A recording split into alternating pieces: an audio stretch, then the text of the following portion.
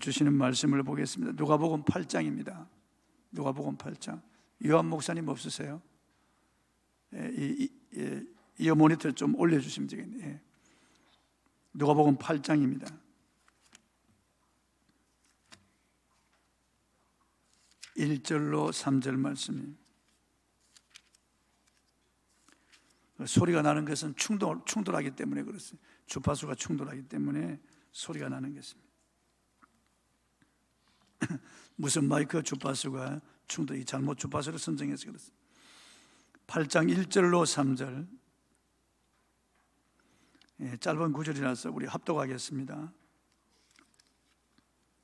시작.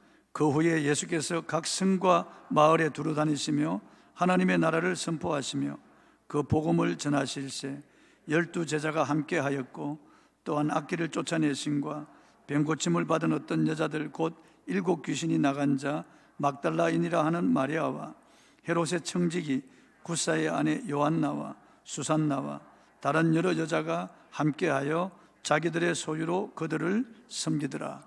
아멘. 헌신한 여인들이라고 하는 이런 제목으로 오늘 말씀을 통해서 같이 은혜를 나누겠습니다.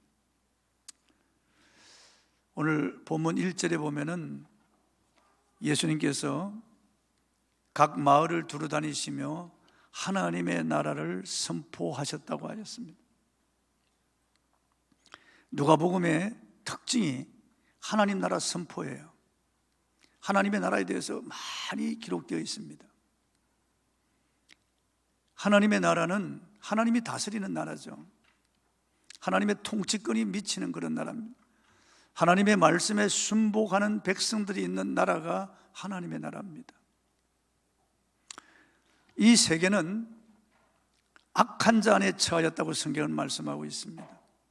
예수님은 마귀를 이 세상 신이라고 했습니다. 그래서 마귀가 이 세상 공중 권세를 잡고 불신자들을 끌고 있는 것입니다.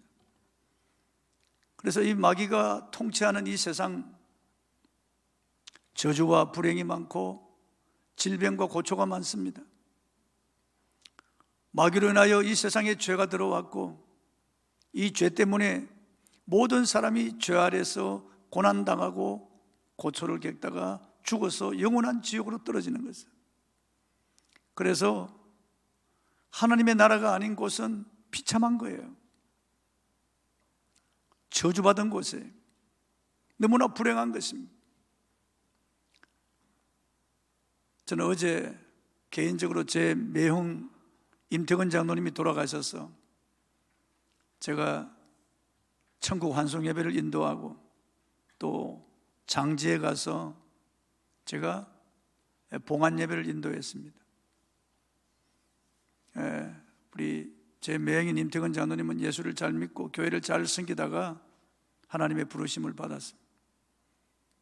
그런데 자녀 손들이 다 목사가 둘이 되고 뭐 다 교회에 귀한 직분을 맡아 봉사하는 그런 자손들이라서 함께 모여서 예배 드릴 때 그 감사와 찬송이 있고 그 하나님의 은혜가 있었어요. 그런데 다른 장례식을 보니까 참 애간장이 끊어지듯이 슬피 울며 그야말로 절망이, 어두움이 깔려있는 것을 보았습니다. 하나님의 나라와 세상 나라, 하나님의 나라와 마귀의 지배를 받는 나라가 정말 확연히 구분되는 거예요. 이 코로나로 세계에서 많은 사람이 죽어가는데 요 근간에 인도에서 창궐 했어요. 사람들이 죽어가는데 시신을 미처 처리하지 못해가지고 겐지스 강 옆에 나무단을 쌓아놓고 거기다가 시체를 막 화장하는데 얼마나 많은 시체들이 기다리고 있는지 알 수 없어요. 연기가 계속 올라가고 있는데 제가 뉴스를 보면서 그 시체 타는 냄새가 뭐 저한테 나는 것 같아요. 그런 기분이 들더라고요. 끔찍한 그런 장면이에요. 이 세상에 이러한 저주와 불행이 있는 것은 이게 마귀가 있고 죄가 있기 때문에 그렇습니다. 그런데 하나님의 나라는 죄 없는 나라예요. 예수님이 죄를 다 처치하셨어요. 죄가 없어요. 저주가 없습니다. 불행이 없어요. 하나님의 나라는 슬픔, 아픔, 고통, 괴로움이 없습니다. 눈물과 한숨과 비탄이 없습니다. 하나님의 나라는 더 이상 질병이 없고 고초가 없고 늙은이가 없어요. 하나님의 나라는 기쁨과 즐거움이 넘치는 나라예요. 그 하나님의 나라의 왕이 이 땅에 오신 거예요. 이 저주받은 세상에 하나님의 나라의 왕이 이 땅에 오신 거예요. 이 땅에 하나님의 나라를 세우려고 하나님의 나라를 가지고 이 땅에 오신 거예요. 그래서 이스라엘 각 마을을 다니면서 하나님의 나라를 선포하셨어요. 하나님의 나라가 도래했다고. 회개하고 누구든지 예수 믿으면은, 하나님의 나라 왕이신 예수를 믿으면은 하나님의 나라 백성이 된다고 하나님의 나라를 선포하신 거예요. 그게 12제자가 함께 동참했습니다. 본문 1절을 한번 읽어보겠습니다. 시작. 그 후에 예수께서 각 성과 마을에 두루다니시며 하나님의 나라를 선포하시며 그 복음을 전하실새 12제자가 함께하였고, 그 후에라고 하는 말씀은 한 여인이 예수님 곁에 와서 눈물로 예수님 발을 적시고 머리털로 닦고 입을 맞추고 향유를 부은 그 사건 후에 그 말이에요. 예수께서 각 성과 마을에 두루 다니셨다고. 이스라엘 각 성과 마을에 두루 다니셨다. 예수님은 갈릴리 가버나움 같은 곳에, 가나 같은 곳에 가만히 계셔도 수만 명이 찾아옵니다. 그런데 그 사람들은 이적을 보려고, 그 사람들은 병 고침 받으려고, 그 기적의 빵을 먹으려고 오는 사람들이에요. 그래서 예수님께서는 찾아 나서신 거예요. 그 무리를 떠나서 각 성과 마을에 두루 다니시며 하나님의 나라를 선포하신 거예요. 예수님은 잃어버린 영혼을 찾아서 각 성과 마을로 두루 다니시며 하나님의 나라를 선포하고 복음을 전하셨습니다. 누가복음 19장 10절에 보면은 인자가 온 것은 잃어버린 자를 찾아 구원하려 함이라고 했습니다. 하나님의 아들 예수께서 사람이 되어 이 땅에 오신 것은 하나님을 떠나 잃어버린 영혼을 찾아오신 거예요. 잃어버린 영혼을 찾았어요. 이사야 53장 6절에 보면은 우리는 각기 그릇 행하여 제 길로 갔다고 말씀하고 있어요. 길 잃어버린 양이 된 거예요. 그래서 이 길 잃어버린 양들을 찾아오신 거예요, 주님께서. 우리는 각기 그릇 행했어요. 우리는 죄짓고 불의한 길로 가고 하나님을 떠나서 내 길로 갔습니다. 이것이 큰 죄예요. 그래서 잃어버렸습니다. 하나님도 잃어버리고 하나님의 나라도 잃어버리고 내 자신도 잃어버리고 우리는 잃어버린 인생이 되어버리고 말았어요. 그런데 왕이신 주님께서 이 땅에 오셔서 잃어버린 양을 찾아서 이스라엘 각 마을을 두루다니신 것입니다. 여러분, 우리가 옳다고 생각하고 반역하고 떠나온 그 길이 행복의 길이 아니었어요. 불행의 길이었어요. 살리는 길이 아니고 죽음의 길이었습니다. 그 우리 인간 스스로 그 길을 간 거예요. 그 유명한 도스토예프스키는 인간이 하나님을 등질 때 모든 것을 등진다고 했습니다. 하나님만 등지는 것이 아니에요. 하나님을 등질 때 천국과 행복을 등지고 온갖 좋은 축복과 은사를 다 등지는 거예요. 기쁨과 즐거움을 등지고 하나님을 등질 때 모든 것을 등지는 거예요. 우리가 태양을 등지면은 그 그림자가 우리 앞에 길게 드리워지는 것처럼 우리가 하나님을 등질 때 저주와 불행의 그림자가 우리 앞으로 쭉 깔리는 거예요. 회개하고 돌아서면은 모든 저주와 불행은 뒤로 가버리고 우리 앞에 하나님의 은혜와 광명이 임하는 것이에요. 하나님 예수께서 잃어버린 자를 찾아 이 땅에 온 거예요. 사람들은 각기 제 길로 간 거예요. 사람들이 생각할 때는 길은 수만 가지가 있다고 생각하는 거예요. 그러므로 뭐로 가도 서울만 가면 된다는 말이 거기서 나온 거예요. 불교나 유교나 이슬람교나 도교나 힌두교나 기독교나 다 같다. 정상에 가면 다 만난다고 생각하는 거예요. 그래서 석가모니나 모하메드나 브라만이나 또 알라나 예수나 똑같다. 종교는 다 같지 않느냐 그렇게 생각하는 거죠. 그러나 성경은 그렇게 말씀하지 않습니다. 성경은 단 하나의 길, 단 하나의 진리, 단 하나의 생명을 말씀하고 있습니다. 내가 곧 길이요 진리요 생명이니 나로 말미암지 않고는 아버지께로 올 자가 없느니라. the way, the life, 오직 그 길만이, 오직 예수님만이 천국 가는 유일한 길이고 예수님만이 우리에게 생명 주시는 분이에요. 사도행전 4장 12절에 다른 이로서는 구원 얻을 수 없나니 천하 인간의 구원 얻을 만한 다른 이름을 주신 적이 없다고 말씀하고 있어요. 오직 주 예수를 믿어야만 구원받습니다. 여러분, 예수님은 내가 곧 길이요 진리요 생명이니 나로 말미암지 않고 아버지께로 올 자가 없느니라. 성경은 분명히 한 분 예수밖에 구원이 없다고 말씀하고 있는 거예요. 다른 길이 없습니다. 여러분, 인간은 죄에 빠졌어. 이미 사형선고 받은 사람이에요. 스스로 구원받을 수 없습니다. 어떤 종교를 신봉해도, 아무리 심오한 철학을 알고 있어도, 인간이 아무리 돌을 닦고 선행해도 인간의 어떤 노력으로도 구원 얻을 육체가 없다고 성경은 말씀하고 있는 거예요. 그러나 어떤 죄를 지었더라도, 아무리 흉악한 죄인이라도 죄를 회개하고 예수만 믿으면 구원받는다고 성경은 말씀하고 있어요. 누구든지 로켓 타면은 달나라 가는 것처럼, 비행기 타면 미국 가는 것처럼 우리 힘으로 갈 수 없지만은 예수를 믿을 때 예수님 공로 때문에 가는 것입니다. 여러분, 죄인이 하나님을 찾는 게 아니에요. 하나님이 죄인을 찾아오신 거예요. 에덴 동산에서 범죄한 아담 하와 부부가 동산 숲에 숨어 있을 때, 두려워 떨고 있을 때 하나님이 찾아오신 거예요. 아담아, 아담아, 내가 어디 있느냐? 있는 곳을 몰라서 물으시는 것이 아니에요. 죄짓고 불의한 채로 숨어 두려워하는 인간의 실존을 찾는 하나님의 자비로운 음성이에요. 그때부터 지금까지 하나님의 일은 찾는 거예요. 잃어버린 자를 찾는 거예요.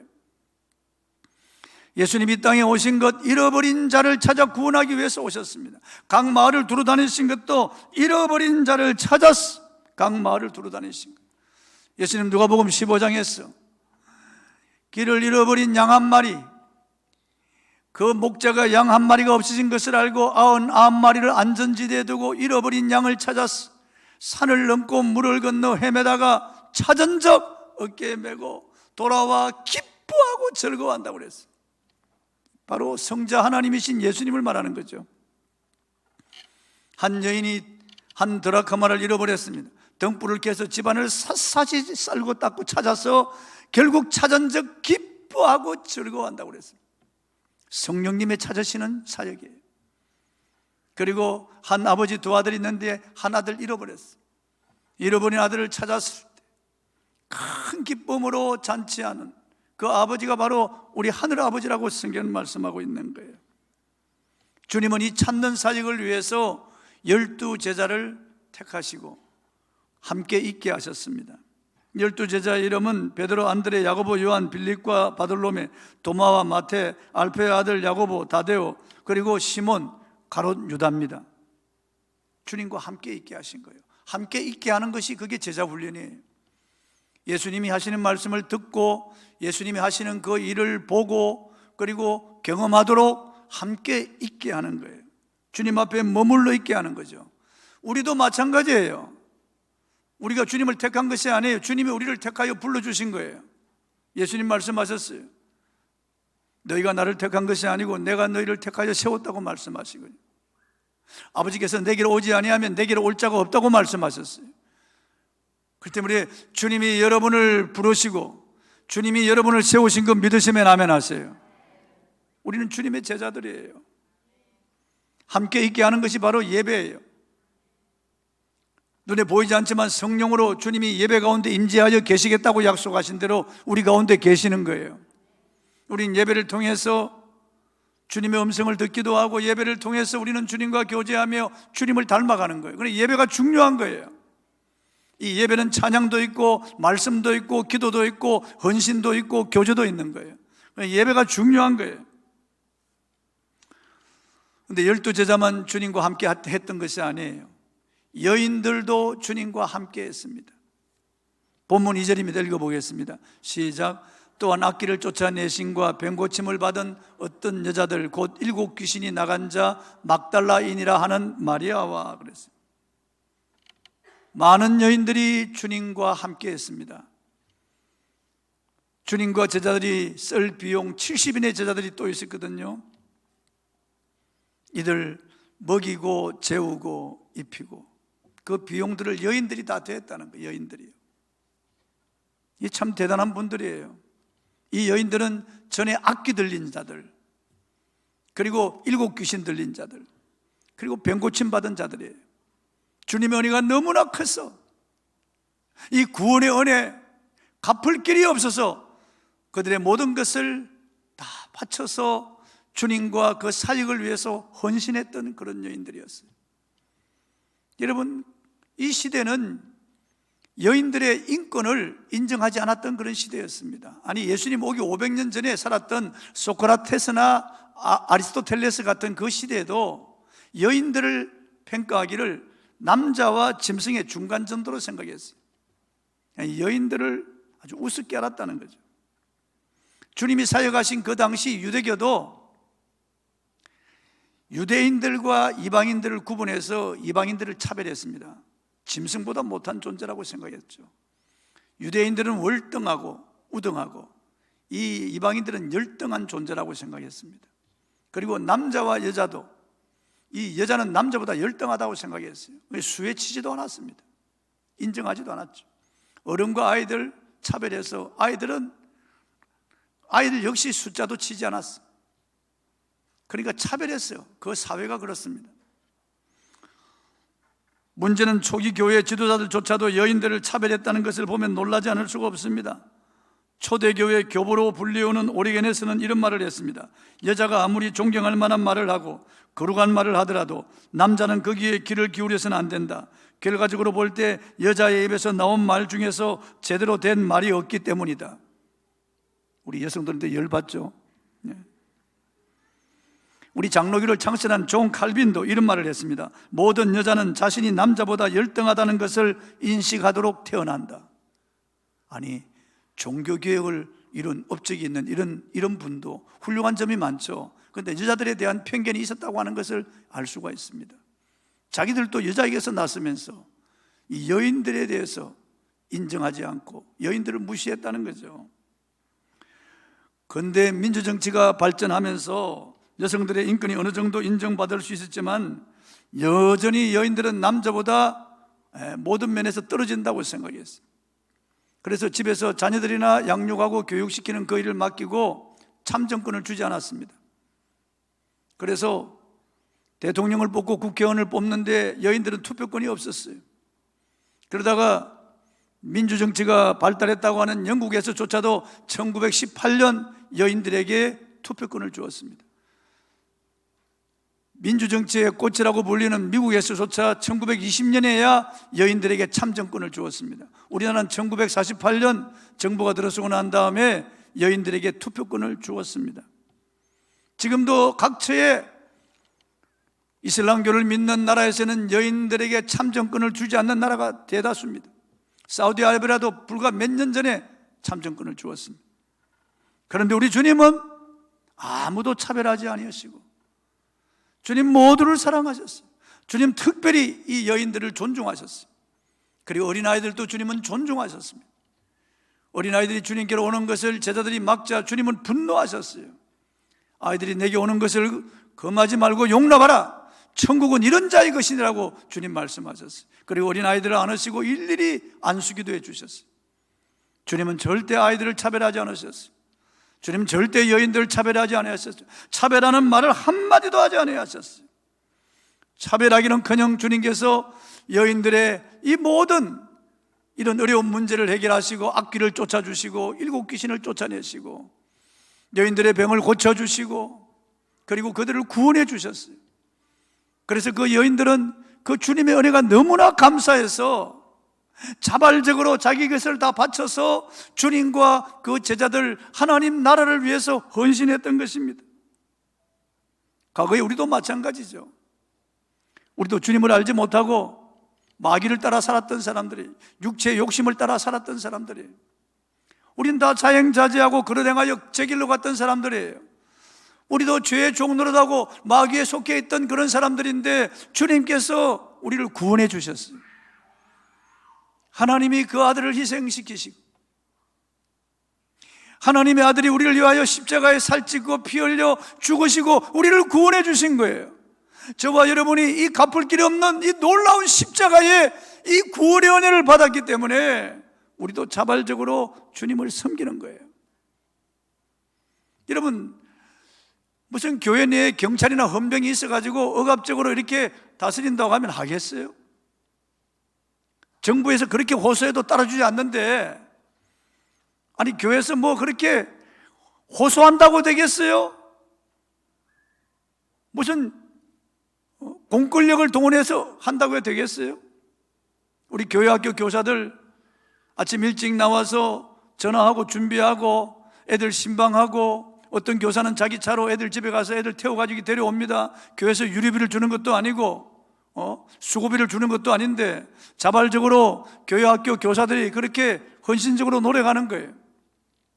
찬양단도 마찬가지예요. 오늘 우리 찬양인 또한 청년 보니엘 찬양단이 있고 두나미스 찬양단이 있는데 벌써 1시간 전에 와서 다 준비하고 연습하고 해서 찬양인도 하잖아요. 3부 예배 해세드 찬양단, 저녁 예배 기쁜 소리 찬양단, 그리고 금요 철야 집회 조이 부흥 찬양단 미리 와서 다 준비하고 다 연습하고 그 다음 찬양 인도합니다. 바쁜 시간에 힘든데 나와서 그렇게 미리 준비하고 찬양 인도하는 일이 쉬운 일이 아닙니다. 우리 안내위원들 미리 와서 준비하고 안내 쓰고, 그리고 세가지고 형제팀, 성기미팀, 그리고 예배 준비사역팀, 방송사역팀, 미디어팀 다 수고하죠. 우리 장로님, 안수집사님, 권사님들, 순장들 다 교회에서 봉사하고 수고하잖아요. 이게 돈 받고 하는 일입니까? 이게 무슨 누가 시켜서 하는 일입니까? 아니에요. 십자가 구원의 은혜에 너무나 감사해서 다 자발적으로 하는 거예요. 다 주님 앞에 헌신하는 거예요. 교회를 섬기는 거예요. 이게 다. 이런 봉사는 세상에 어떤 것과 비교할 수 없기 때문에 주님의 십자가 은혜 받은 사람, 이 놀라우신 주님의 은혜가 너무나 크기 때문에 다 감사해서 자원해서 하는 거예요. 마리아에게 임한 고통은 최악의 고통이었어요. 악귀가 들렸습니다. 7 귀신 들렸다는 것은 7은 완전수거든요. 마귀에게 완전히 사로잡혔다는 거예요. 자기 자신을 잃어버리고 짐승처럼 살았습니다. 마귀가 끄는 대로 살았습니다. 그래서 어떤 설에는 창년이었다는 거죠. 자기를 다 완전히 버렸다는 거예요. 그러다가 주님을 만나 이게 마귀로부터, 그리고 이 죄로부터 구원받았으니 얼마나 감사한지 알 수 없습니다. 그래서 그날부터 이 마리아는 주님을 따르며 섬겼던 거예요. 헌신적으로 섬겼던 거예요. 그래서 마리아는 주님과 늘 함께 했어요. 십자가 현장에도 그 여인은 따라갔습니다. 남자라고는 요한 빼고 다 도망가 버리고 말았어요. 그런데 막달라 마리아와 여인들은 십자가 밑에까지 따라가서 주님의 십자가의 그 처참한 죽음을 목도했습니다. 그리고 주님의 시신을 내려서 아리마대 요셉과 니고데모가 그 시신을 수습할 때 같이 그 현장에서 같이 있었어요. 같이 통곡하며 그 시신을 수습해서 장사 지냈어요. 다른 남자들은 나타나지 않았지만 이 여인들은 주님이 너무나 그리워 예수님을 너무 사랑해서 향품을 가지고 예수님의 시신에 바르겠다고 그 어두움이 그치지 않은 새벽에 안식 후 첫날에 무덤에 갔다가 무덤 문이 열려있는 것을 보았습니다. 그리고 천사들을 만났습니다. 그리고 돌아오는 길에 부활하신 예수님을 만났어요. 얼마나 엄청난 복입니까, 여러분? 최초로 예수님의 부활을 목도한 사람이 바로 이 막달라 마리아와 여인들이었어요. 그리고 예수님이 가서 부활의 소식을 전하라고 해서 제자들에게 부활의 소식을 처음으로 전한 사람이 바로 이 막달라 마리아예요. 얼마나 영광스러운 사람이 되었습니까, 여러분? 악귀에 들려서 자신을 잃어버리고 짐승처럼 돌아다니던 여자가 예수님 만나 구원받은 다음에 이 어마어마한 주님을 섬겨서 복을 받은 거예요. 여러분, 우리도 마리아처럼 헌신해서 이런 복을 받기를 바랍니다. 그리고 요한나와 또 다른 여인들도 자기의 소유로 섬겼습니다. 본문 3절입니다. 읽어보겠습니다. 시작. 헤롯의 청지기 구사의 아내 요한나와 수산나와 다른 여러 여자가 함께하여 자기들의 소유로 그들을 섬기더라. 본문은 예수님을 따르는 여인 중 한 명이었던 요한나의 헌신을 말씀합니다. 요한나라고 하는 이름은 여호와께서 은혜를 주신다라고 하는 뜻을 가진 이름입니다. 그녀는 이름 그대로 주님의 은혜를 받고 평생 그 은혜에 보답한 삶을 살았던 여인이었습니다. 헤롯 왕의 청지기, 그 당시 고위관리였습니다. 자기 남편의 이름은 구사였는데요, 요즘 말로 하면 행정장관이었습니다. 이 남편은 요한복음 4장에 자기 아들이 병들어 죽게 되었을 때 가버나움에서 가나까지 찾아와서 아들을 살려달라고 예수님께 간청한 그 왕의 신하가 바로 이 구사였다고 전해져 내려오고 있습니다. 어떻든 자기 아들을 살려주신 우리 주님, 자기의 병을 고쳐주시고 죄에서 구원해 주신 주님의 은혜가 너무나 감사해서 이 여인은 자신의 것을 들여서 주님과 그 일행들을 섬겼다는 거예요. 그 당시 헤롯 왕과 그 정부는 예수님을 반대하고 박해했어요. 그래서 예수님을 따르는 것이 고위관리의 아내로서 너무나 위험한 일이었습니다. 그렇지만은 이 여인은 사람의 눈을 의식하지 아니하고 박해받을 것 두려워하지 아니하고 주님을 따랐습니다. 헤롯 왕가의 고위관리의 아내인데 누가 모르겠습니까? 보면 알죠. 그런데도 그게 아랑곳하지 아니하고 그 은혜가 너무 커서 그는 위험을 각오하고 주님을 따르며 주님과 그 일행들을 섬겼다고 말해요. 예수님 주변에는 막달라 마리아 같은 이런 하층 계급의 여인들, 그리고 요한나 같은 이런 아주 부유층 귀족 계급의 이런 여인들도 다 주님은 이들을 차별하지 아니하고 다 사랑하셨어요. 그 여인들이 헌신해서 주님을 섬겼습니다. 요한나의 헌신은 구속의 은혜를 받고도 그 은혜에 대해서 보답하지 못하고 그 은혜를 저버리고 살아가는 현대 이 그리스도인들의 경중을 울리는 그런 모습이라고 볼 수 있습니다.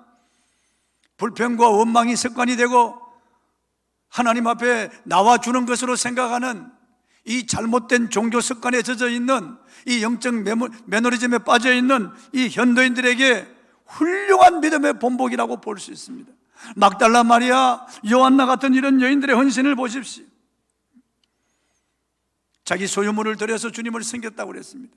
우리는 소유물이 없습니까? 우리의 시간이나 재능이나 은사나 물질이나 이 모든 몸을 주님 앞에 드릴 수 있잖아요. 다윗은 내게 주신 여호와의 모든 은혜를 내가 무엇으로 보답할꼬? 내가 무엇으로 보답할꼬? 늘 주님의 은혜에 보답하는 그 늘 아신 마음으로 살았던 사람입니다. 요한나는 끝까지 믿음의 지조를 지킨 사람이에요. 그래서 막달라 마리아와 늘 함께 했습니다. 십자가 밑에까지 따라가고 무덤까지 따라가고 부활의 목격자가 되고 부활의 증인이 되었던 사람이 이 요한나예요. 또 한 여인 수산나, 백합이라는 뜻을 가진 이름입니다.